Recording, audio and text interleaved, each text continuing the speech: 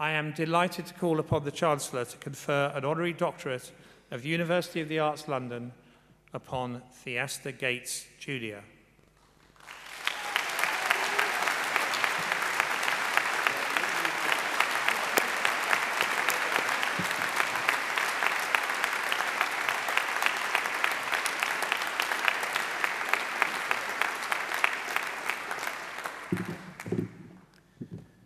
How you guys doing?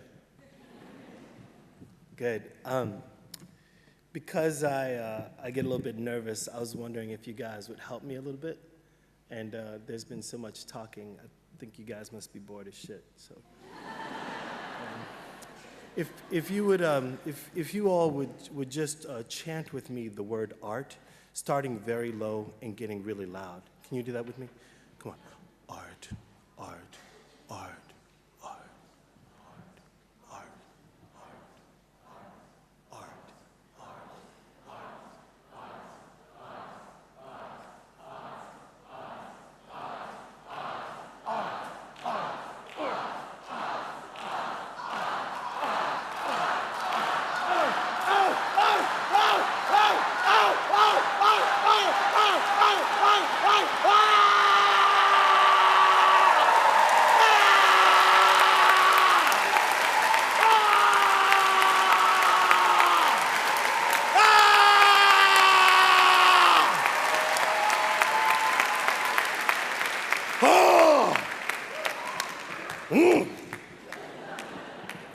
Just feels so good. Doesn't that feel good? I can turn my hat now. Lost my cape. It's just too much. You know, these formalisms are they're just so much. It's a constant compromise between my personal fashion, the cultural rules that bear down on my soul, qualifying me, making me noticeable.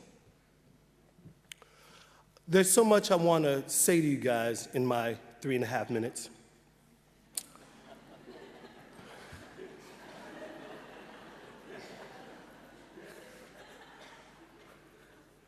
But I'm dramatic, so I'm wasting time.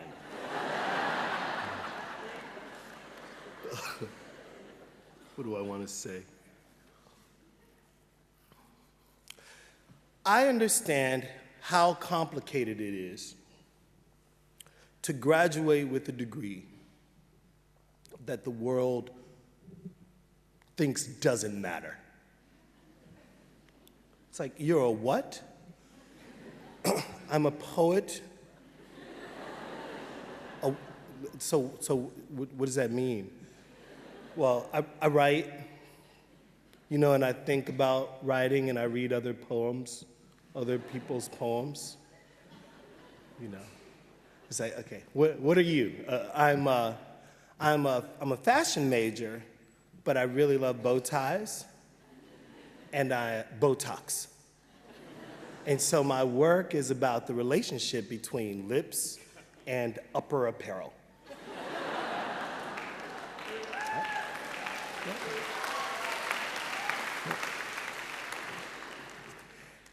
And I'm here to tell you that my history with organized education is as complicated as yours.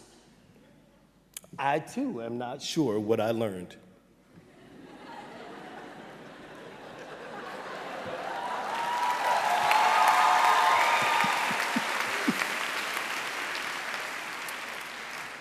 But I think part of the reason that they're giving me this honorary degree is because despite my formal knowing, I look good and I'm really popular.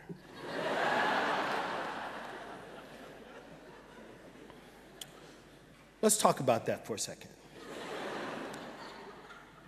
Let's talk about what it means to have ambition, to feel courageous at a young age, to feel victorious, to feel like you can do anything at the same time that one might feel defeated and confused and not so sure about your place in the world. That these things feel like they're competing all the time. One, I can do anything. Two, the world is not interested in the things that I could do. And I think for me, the challenge has been, how do I continue to find a center when there's all these confusing, tension-ridden feelings that I have? When I think about my artistic practice, I'm convinced that so much of it is fueled by something external. External, like, I want people to love what I do. I want people to love me. I want people to be in conversation with the ideas that I think are important. I want people, right? And then there are these times where the things that I do feel super internal, like I was put on this earth to do a set of things, and I want to do them really, really well. And sometimes the things that I feel purpose to do may not be so interesting to the rest of the world. So then what's the catch? What's the compromise? Right before coming down here, I decided to write a speech. I didn't get very far. I had 3 minutes between putting my robe on and meeting Grayson Perry, which is so awesome. But I wrote a few words. To make is to love. And I wanted to just, just mention what I feel quite passionate about, which is this idea of taking the world of nothingness and doing something with it. Or a world where it seems like nothing is moving forward or nothing is possible, or I'm looking at nothing and helping others see all of the rich possibility in nothing, right? Whether that's plastic dirt called clay that becomes a really beautiful object in its future, or a dilapidated building, or a brother or sister that is struggling to find a job. We're able to kind of find new ways for that person to find employment. That all those things constitute a way of understanding a world of nothing and turning it into something. I feel like making is about believing. My ability, your ability to say, I'm gonna start a thing and finish, or I'm gonna start a thing because I feel passionate about it, even though the people around me don't really care. That the interventions that we make in the world matter, whether they matter to others at all. So how do you stimulate a life of things mattering, And it's not things that are like gonna appear on the front cover of Freeze or Architectural Digest. They're the things that happen late at night or early in the morning, the ways that we talk to ourselves through the things that we write and make and joke about at the dinner table. To make is to grow. I think that for a long time, if we were to look at an artist's career or the moment when it seems great opportunities happen, the part that I'm often interested in is what was happening before the big break. And in my case, I was a 15-year potter, happily going to my pottery studio, every day working on the lightness of my bowl, a more beautiful, more elegant Japanese foot, a lid that would fit my teapot, making perfect holes so that my tea leaves wouldn't go out of my tea spout. That I was so happy being a craftsman in the absence of light.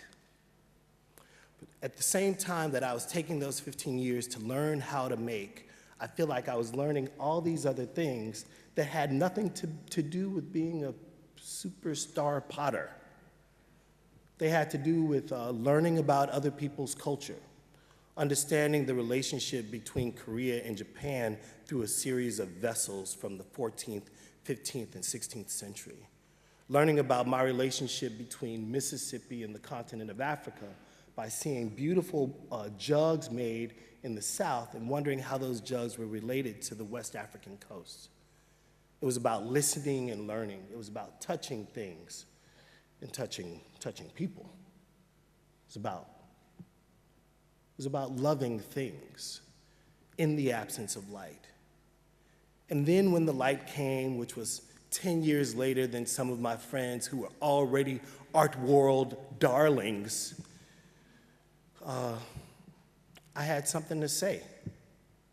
I had read a couple books, but I had spent time in the shed working on myself. To make is to challenge. I live across the pond. It's a very interesting moment in the world. It's a very, very interesting moment where it feels more important now than ever to have a position. And when one sees catastrophe and sees disaster, when one sees bad politics, that a person would feel, not only do I have the right to be a maker, I have a right to be a citizen. I have a right to protest. I have a right to convene. I have the right to express. And that these functions of artistic practice sometimes gives us the capacity to say things in new ways that the political world and the social world needs to hear. I've never felt more confident that to be an artist is one of the greatest vocations in the world, and that you guys have the capacity to dream and make and fight, and this world needs you now more than it's ever needed any creative class.